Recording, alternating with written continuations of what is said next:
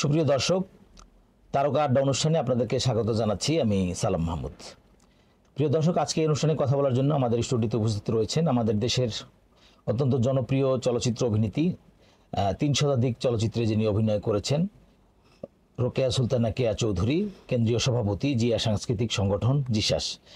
কেয়া চৌধুরী, আপনাকে স্বাগত জানাচ্ছি তারকা আড্ডা অনুষ্ঠানে। আপনি কেমন আছেন? শুকুর আলহামদুলিল্লাহ, আমি খুব ভালো আছি। আপনি কেমন আছেন? ভালো আছি। তো আজকে তারকা আড্ডা অনুষ্ঠানে আমরা আমাদের দর্শকদের উদ্দেশ্যে প্রথমেই আপনার কাছে জানতে চাই যে আপনি ৩ শতাধিক চলচ্চিত্রে অভিনয় করেছেন এবং একটি সমৃদ্ধ ক্যারিয়ার আপনার চলচ্চিত্রের। তো আপনি চলচ্চিত্রে কিভাবে যুক্ত হয়েছিলেন বা কিভাবে এসেছিলেন চলচ্চিত্রে? আমি তো সেই ছোটবেলা থেকে নাটক করতাম, গার্লস গাইডে ছিলাম। যখন 80-তে আমি ক্লাস 6-এ পড়ি, তখন থেকে আমি গার্লস গাইড।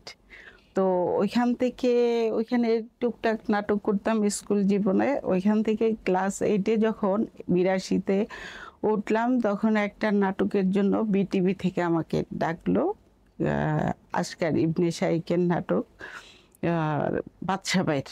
তো ওই নাটকে প্রথম আমি কাজ করি রাজনর্তকী, আমার জন্য তার দেশ ধ্বংস হয়ে যায়, রাতিন ভাইয়ের বিপরীতে। তো রাতিন ভাইয়ের চোখগুলা তো অনেক বড় বড় ছিল। তো আমি তো বুঝতে পারিনি, ফার্স্ট আমার জীবনের নাটক।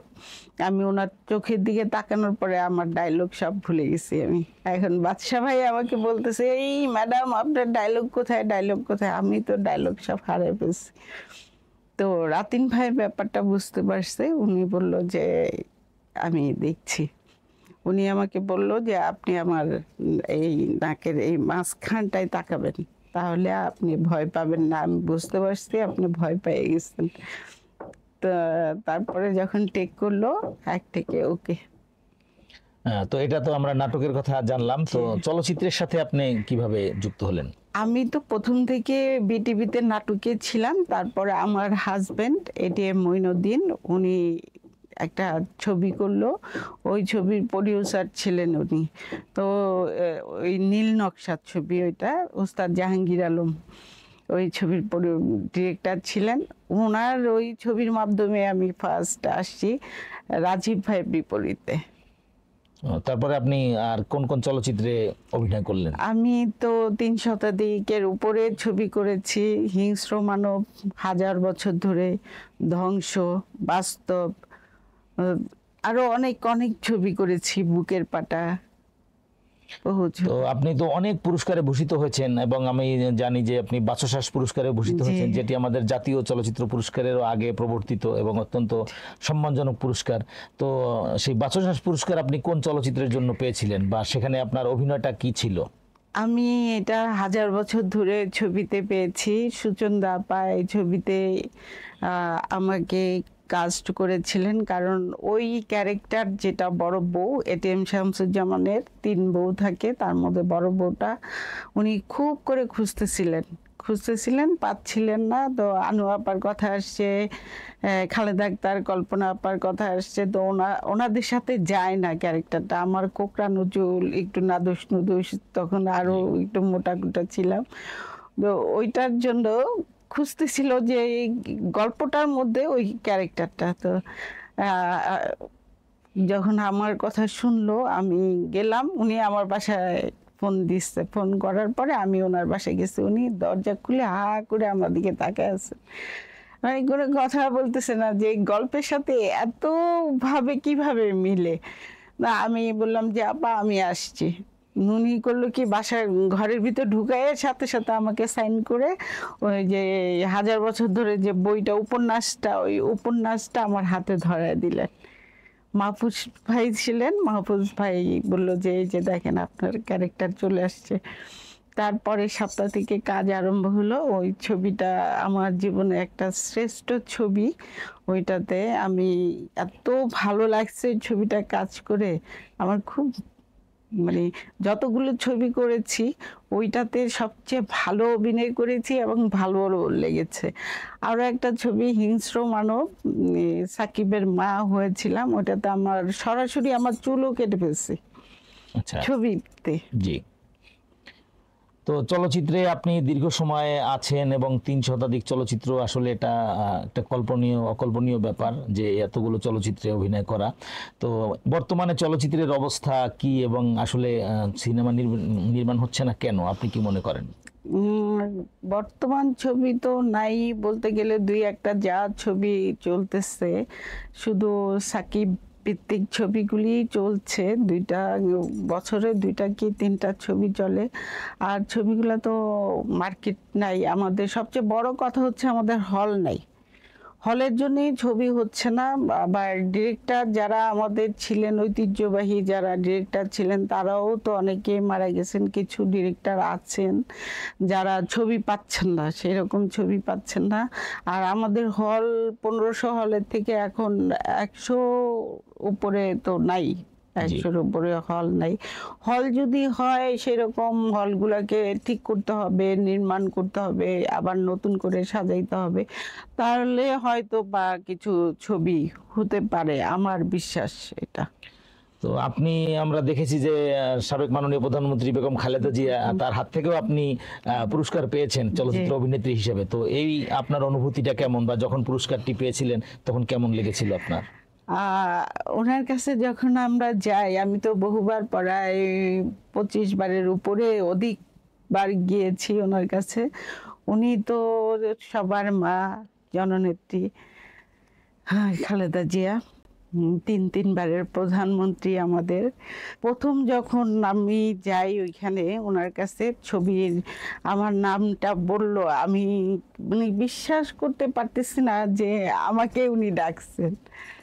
আমি গেলাম, পুরস্কারটা নিলাম, আমার শরীর এমনি করে কাঁপতেছিল ওনার কাছে,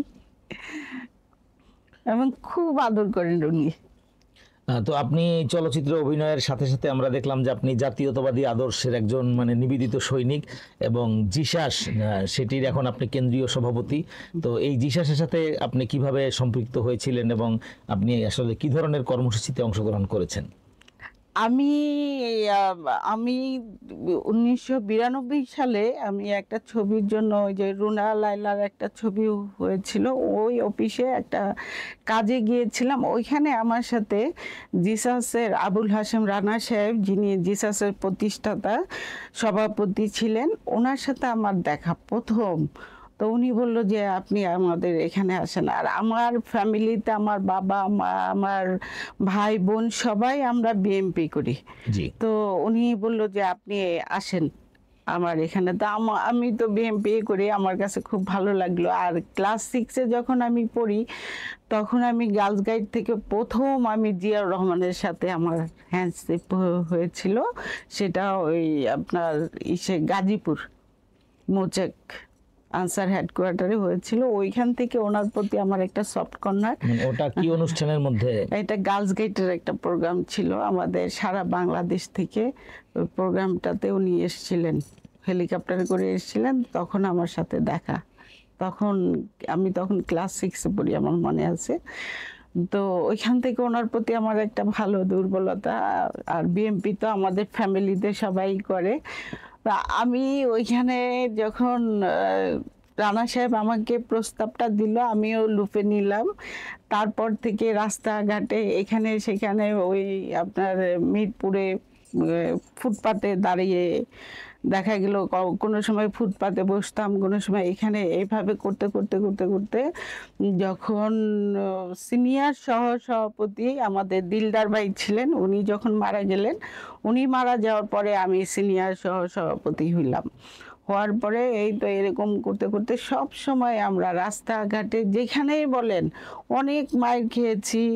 আপনার এটার জন্য আমি বিএমপি অফিসে আমার হাতটা ভেঙে দিয়েছে, আমার কোমরে লাথি মেরে, ওই বুটের জুতা পুলিশের মাইর খেয়েছি। আমার ভাইয়ের চাকরি চলে গেছে, 22 বছর, দীর্ঘ 22 বছর সে চাকরি করার পরে তার চাকরিটাও চলে গেছে বিএমপি করার জন্য। আমাদের চৌধুরী পাড়ায় আমাদের 3তলা একটা বাড়ি আছে, ওই বাড়িটাও নিয়ে গেছে। আমার ভাগনাকে গুলি করছে, পায়ে গুলি করার পরে তাকে জেলে পাঠিয়ে দিছে আওয়ামী লীগের পান্ডা বাহিনী, গুন্ডা বাহিনী। তো এইভাবে অনেক কষ্ট করছি, অনেক লাঞ্ছিত, অনেক বঞ্চিত। 18 বছরে আমি কোনো ছবি পাই নাই। একটা কি দুইটা নাটক করেছি মাত্র, আমাকে কেউই করে নাই। এফডিসিতে যখন আমি গেলাম, আমাকে বলে কি ওই যে বিএমপির লোক আইসা এফডিসিটা ভরে গেছে। তারপরেও আমি যাইতাম, কারণ আমি তো অনেক ছবি করেছি, ছবির প্রতি আমার একটা আলাদা আকর্ষণ। তো সেখান থেকে যাইতাম ওদের। আমি আর শিবা শানু, আমাদের মনে হয় আমাদের ফিল্ম থেকে আমরা দুজনেই বেশি দৌড়াদৌড়ি করছি, রাস্তাঘাটে দৌড়াইছি, মাইর খাইছি, সব কিছু করছি। এরপরে যখন এই আগস্ট আসলো, জুলাই আগস্ট, এর মধ্যেও আমি দৌড়াইছি ছাত্রদের বৈষম্য বিরোধী আন্দোলনে। আমি আপনার নিকেতন, গুলশান 1, মহাখালী, তেজগাঁ, হাতিরঝিল, এই জায়গায় আমরা সব সময় ছিলাম। জি, সব সময় মৃত্যুর আগ পর্যন্ত থাকবো। বিএমপি তো করছি, যেহেতু বিএমপিতে সব কিছুই। আপনার চলচ্চিত্রে যেরকম অবদান, তেমনি রাজনীতিতেও বা বিএনপির রাজনীতিতে আপনার ব্যাপক অবদান আমরা জানি।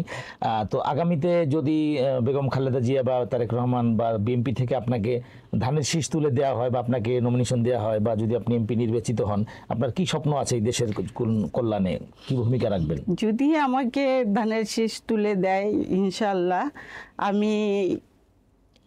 আমি তো এই দেশে লাঞ্ছিত, বঞ্চিত, যারা আমাদের মতো যারা বঞ্চিত হয়েছেন তাদেরকে তুলে ধরবো এবং তাদের কল্যাণে আমি কাজ করব। জি, ধন্যবাদ। তো আজকে আপনি আমাদের স্টুডিওতে সময় দিয়েছেন এবং তারকা আড্ডা অনুষ্ঠানে অনেক গুরুত্বপূর্ণ আলোচনা করলেন। আপনার জীবনের অনেক কথা আমরা শুনলাম। তো আমাদের দর্শকদের উদ্দেশ্যে যদি আপনি কিছু বলেন। প্রিয় দর্শক শ্রোতা, আসসালামু আলাইকুম। আপনারা আমার মতো কষ্ট করেন, একদিন সাফল্য আপনাদের দুয়ারে চলে আসবে ইনশাল্লাহ। জি হ্যাঁ, ধন্যবাদ প্রিয় দর্শক। পরবর্তী অনুষ্ঠানে আবার কথা হবে। সবাই ভালো থাকবেন, সুন্দর থাকবেন। আল্লাহ হাফেজ।